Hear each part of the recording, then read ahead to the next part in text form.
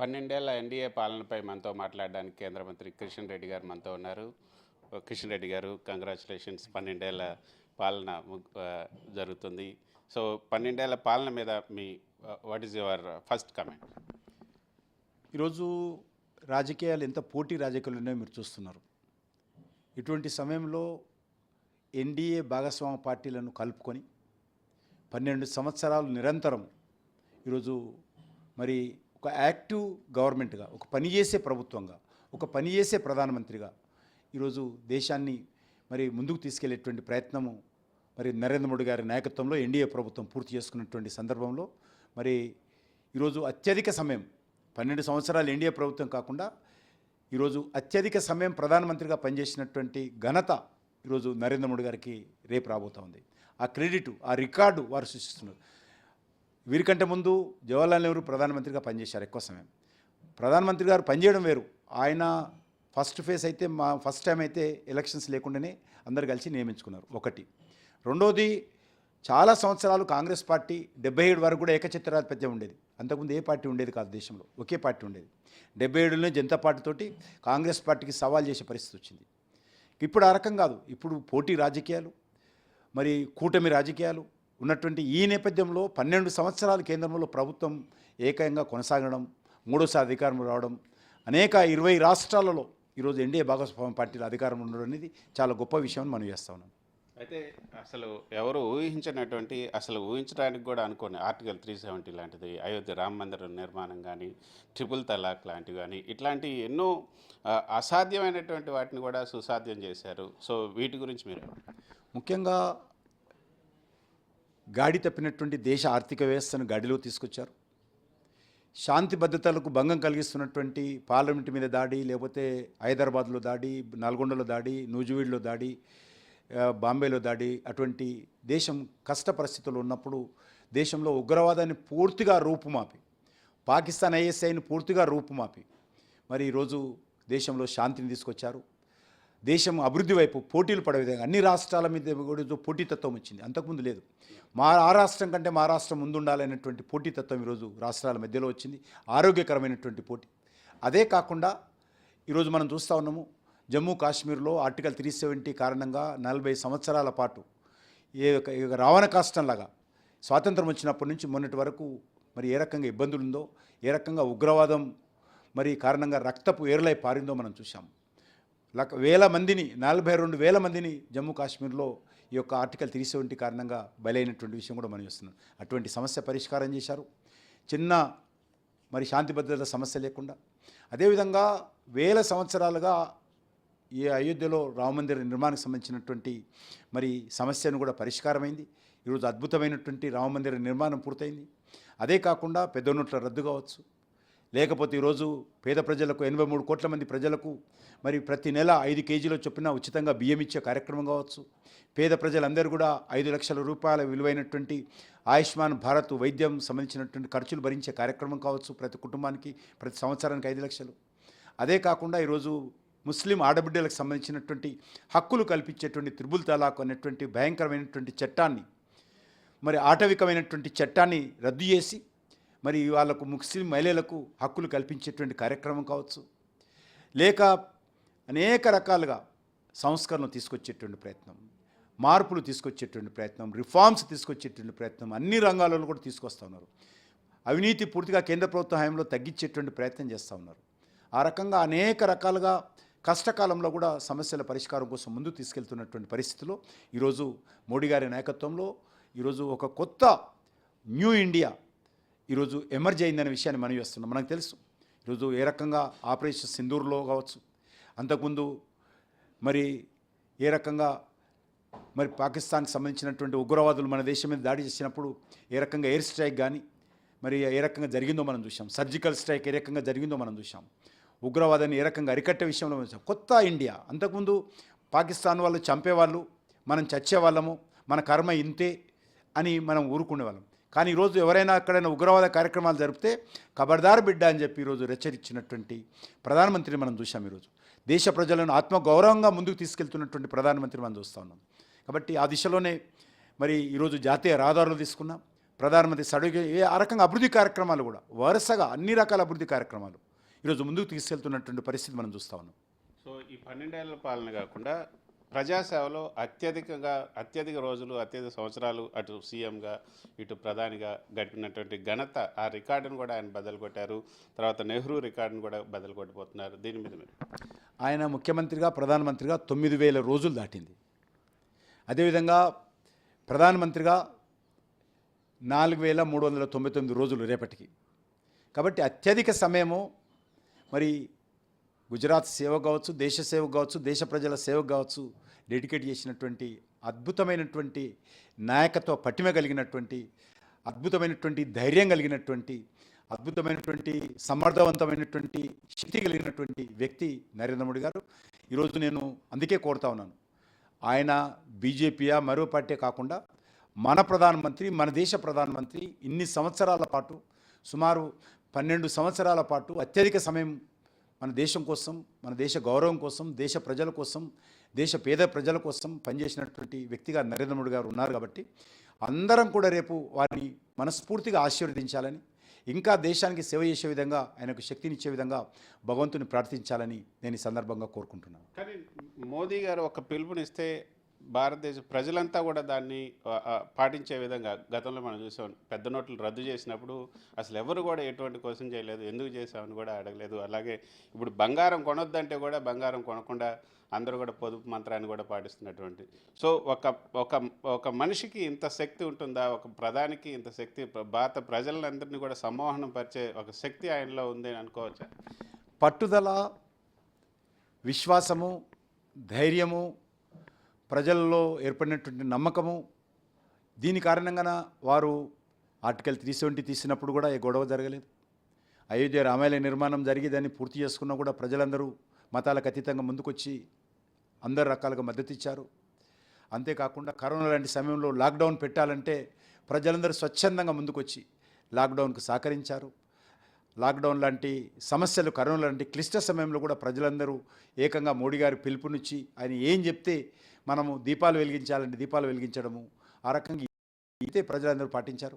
మొన్న మీరు అన్నట్టు పెద్ద నోట్ల రద్దు సందర్భం కావచ్చు, ఇటీవల అమెరికా ఇరాన్ యుద్ధం సందర్భంగా కూడా మీరు ఎవరు కూడా బంగారం కొనొద్దు, మనం బంగారం ఇతర దేశాల నుంచి దిగుమతి చేసుకుంటున్నాము, బంగారం దిగుమతి చేసుకోవడం ద్వారా విదేశీ మారక ద్రవ్యము మనం లక్షల కోట్లు విదేశాలకు పంపిస్తున్నాం మన డబ్బును, దాని కారణంగా రూపాయి విలువ పడిపోతుంది, కొద్దిగా కష్టకాలంలో ఉన్నప్పుడు కొద్దిగా సహకరించండి అంటే ఈరోజు 70% దేశంలో బంగారం కొనుగోలు ఆగిపోయినాయి. 70% ఒక్క ప్రధానమంత్రి గారు ఒక్క హైదరాబాద్లో వచ్చినటువంటి ఒక పిలుపుతో.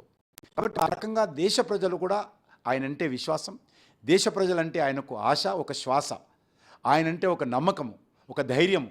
కాబట్టి ఆయన ఏం చెప్పినా కూడా ప్రజలు కూడా ఈరోజు ఆయనను ఫాలో అవుతున్నారు. ఆయన మీద నమ్మకంతో ఆయన ఇచ్చినటువంటి పిలుపును స్పందిస్తూ ఉన్నారు. సో ఈ 12 ఏళ్ల పాలనలో మీరు కూడా 7 ఏళ్ల పాటు కూడా మీరు పాలు పంచుకున్నారు. సో మీరు మోదీ పాలనలో మీ పాత్ర మీద మీ ముఖ్యంగా నేను 1994లో వారితో పాటు నేను ఒక విద్యార్థిగా ఉన్నప్పుడు అమెరికాకి వెళ్ళాను. అమెరికాలో మరి 40 రోజుల పాటు అక్కడ అమెరికా ప్రభుత్వ ఆహ్వానం మేరకు పార్టీ ప్రతినిధులుగా మేము వెళ్ళాము. కాబట్టి ఆ అవకాశం నాకు దొరికింది. కానీ ఈరోజు ప్రధానమంత్రిగా నేను గత 7 సంవత్సరాలుగా నేను పనిచేయడం నా అదృష్టం. ఎందుకంటే ఒక అద్భుతమైనటువంటి నాయకత్వం ఉంది కదా, వారు ఏ రకంగా అడ్మినిస్ట్రేషన్ ఉంటుందో అనేక రకాలుగా నేర్చుకునేటువంటి అవకాశం, ఏ రకంగా వ్యవహరించాలి, ఏ రకంగా పనిచేయాలి, ప్రతి చిన్న చిన్న విషయానికి ఏ రకంగా వారు అన్ని మంత్రిత్వ శాఖలను పిలిచి మాట్లాడి డ్రైవ్ చేస్తారు. ఆదేశాలు ఇవ్వడం కాదు, పని జరిగే విధంగా చూస్తారు, చివరి వరకు ఎండ్ వరకు తీసుకెళ్తారు. ఆ రకంగా ఈరోజు నేను హోమ్ మినిస్టర్గా ఉన్నప్పుడు కావచ్చు, ఆర్టికల్ 370 ఆ సమయంలో పోయింది. కరోనా హోమ్ మినిస్ట్రీ నోడల్ మినిస్టర్గా ఉండి అప్పుడే కంట్రోల్ రూమ్, దేశమంతా కంట్రోల్ రూమ్ పర్యవేక్షణ చేసేటువంటి మరి అవకాశం నాకు ఇచ్చారు. అప్పుడు కూడా నేను చాలా కష్టపడి పనిచేయడం జరిగింది వారి నాయకత్వంలో, వారు ఇచ్చినటువంటి సూచనల మేరకు. ఆ తర్వాత నేను సాంస్కృతిక పర్యటన శాఖకు వచ్చినప్పుడు ఆ సమయంలో ఆజాద్ కా అమృత్ మహోత్సవ్ మరి కల్చర్ మినిస్ట్రీ ద్వారా నిర్వహించేటువంటి అవకాశం నోడల్ మినిస్టర్గా నాకు వచ్చింది. ఆ బాధ్యత నాకు అప్పగించడం నిజంగా సంతోషకరం. అప్పుడు కూడా నన్ను డ్రైవ్ చేశారు ప్రధానమంత్రి గారు. అదే సమయంలో G20 మీటింగ్స్, ప్రపంచ దేశాలకు సంబంధించినటువంటి అనేక దేశాలకు సంబంధించినటువంటి 250 సమావేశాలు భారతదేశం జరిగినాయి. అవన్నీ కూడా మా టూరిజం మినిస్ట్రీ ద్వారా ప్రధానంగా కీలక పాత్ర పోషించాం. అదే కాకుండా ఇప్పుడు మళ్ళీ మరి బొగ్గు అండ్ గనుల శాఖ మంత్రి ద్వారా 2 ప్రధానమైనటువంటి కార్యక్రమాలు చేపట్టాం. గనుల శాఖ ద్వారా క్రిటికల్ మినరల్స్ దేశంలో లేవు, 95% ఇతర దేశాల నుంచి దిగుమతి చేసుకుంటున్నాము. కాబట్టి ఆ క్రిటికల్ మినరల్స్ మనము ఆత్మనిర్భర్ భారత్గా మనమే సస్టైన్ అవుతూ మనమే తయారు చేయాలని మరి ఆ క్రిటికల్ మినరల్ మిషన్ ద్వారా దాన్ని ముందుకు తీసుకెళ్తా ఉన్నాం.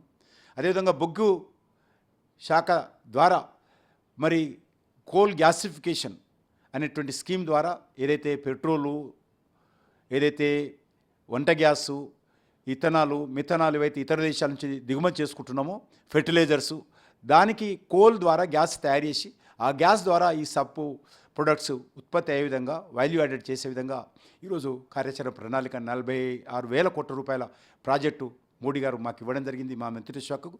దాన్ని కూడా ముందుకు తీసుకెళ్లేటువంటి ప్రయత్నం చేస్తూ ఉన్నాం. వారి నాయకత్వంలో పనిచేయడం ఏదైతున్నదో నిజంగా ఇంత అద్భుతమైనటువంటి నాయకత్వం కింద, ఇంత గొప్ప నాయకత్వం కింద, నిస్వార్థంగా దేశం కోసం పనిచేసేటువంటి ఒక వ్యక్తి నాయకత్వం కింద, మరి దేశం కోసం తపన పడేటువంటి ఒక సిద్ధాంతం కలిగినటువంటి ఒక నాయకత్వం కింద పనిచేయడం నిజంగా నా అదృష్టం. సో మీరు అంటే 7 ఏళ్ళు మంత్రిగానే కాకుండా ఆయనతో మీకు ఎంతో అనుబంధం ఉంది, పార్టీలో కూడా మీరు అన్ని విధాలుగా కూడా పనిచేశారు. సో మోడీ గారి గురించి, మోడీ గారిని ఒక్క మాటలో చెప్పాలంటే ఎలా డిఫైన్ చేస్తారు? ఆయన ఒకటి మాత్రం చెప్పగలుగుతాను, is a nation first person. దేశం కోసం పనిచేసేటువంటి, దేశ ప్రజల కోసం పనిచేసేటువంటి పర్సన్. అది పార్టీ ఉండని, వ్యక్తి ఉండని, ఎవరిని చూడాలైనా అన్నిటికంటే ముందు ఆయన దేశం ముఖ్యమని కోరుకునేటువంటి వ్యక్తి, దేశ అభివృద్ధి జరగాలని కోరుకునే వ్యక్తి, ప్రపంచంలో భారతదేశాన్ని గౌరవ స్థానంలో నిలబెట్టాలని కోరుకుంటున్నటువంటి వ్యక్తి. ఓకే, ఈ 12 ఏళ్ళలో ఎన్నో అద్భుతాలు చూసాం. ఇంకా రాబోయే రోజుల్లో ఏమేమి అద్భుతాలు చూసే అవకాశం ఉంది?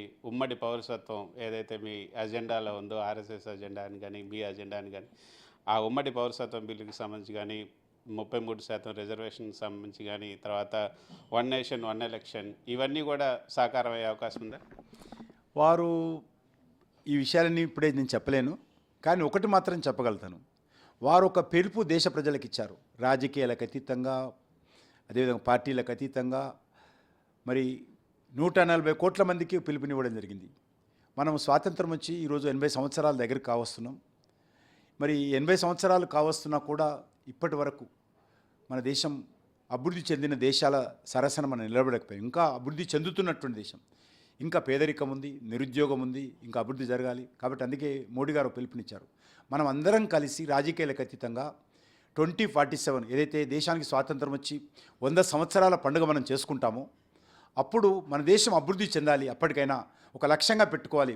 గుడ్డెద్దు చేలో పడి మేసినట్టు మనము దేశాన్ని పరిపాలించుకుంటూ పోతే దేశం ఇప్పుడు డెవలప్డ్ కంట్రీ అవుతుంది. దేశంలో ఉన్నటువంటి నిరుద్యోగ సమస్య కావచ్చు, పేదరికం కావచ్చు, మౌలిక వసతుల కల్పన కావచ్చు, మరి ఇవన్నీ ఎప్పుడు సాగుతాయని ఇటువంటి విషయం ఎజెండా లేకుండా మనం ఇన్ని రోజులు పరిపాలించుకున్నాం. అందుకే మోడీ గారు చెప్పారు, మనం తర్వాత రివ్యూ చేసుకుందాం, కానీ ఇప్పటి నుంచి ఒక లక్ష్యంగా పెట్టుకొని పనిచేద్దామని చెప్పి 2047 లక్ష్యంగా పెట్టుకొని పనిచేస్తున్నారు. ఈరోజు మోడీ గారి ముందు ఈరోజు దేశ ప్రజలందరం కలిసి మోడీ గారి నాయకత్వంలో దేశాన్ని మరి 2047 కావాల్సినటువంటి ప్లానింగ్తో, అడుగులతో ముందుకు నడవాల్సిన అవసరం ఉంది. సో మోదీ గారి క్యాబినెట్లో మీరు మంత్రిగా తీసుకున్నటువంటి నిర్ణయాల్లో అతి మంచి నిర్ణయం, మీ మనసుకు అతి దగ్గరగా ఉన్నటువంటి నిర్ణయం ఏమనుకుంటున్నారు? ఆ రకంగా ఆర్టికల్ 370 రద్దు చేయడం ఏదైతున్నదో నిజంగా నాకు చాలా సంతోషకరమైన విషయం.